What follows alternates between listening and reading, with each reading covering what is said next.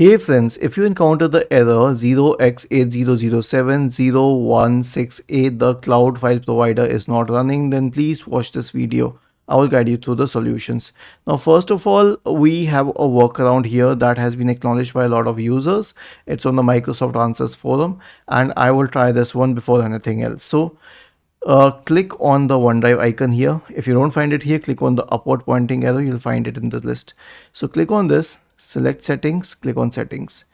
Go to sync and backup on the list on the left hand side. In the right pane, select advanced settings. Scroll down and you'll find the section for files on demand. Click on download all files and then click on continue. Okay. It will start downloading all these files to your system, and I'll tell you what it does exactly when it downloads these files.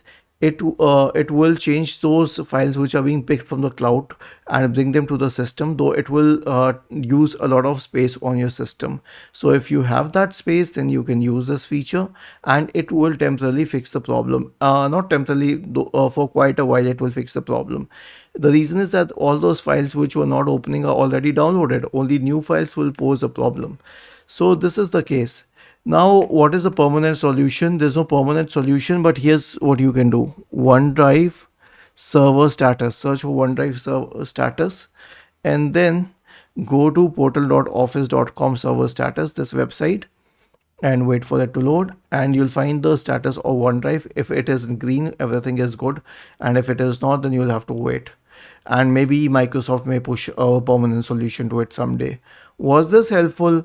If yes, then please subscribe to the channel, and if not, then let us know in the comment section of this video on how we could help you further. Thank you for watching this video and have a nice day.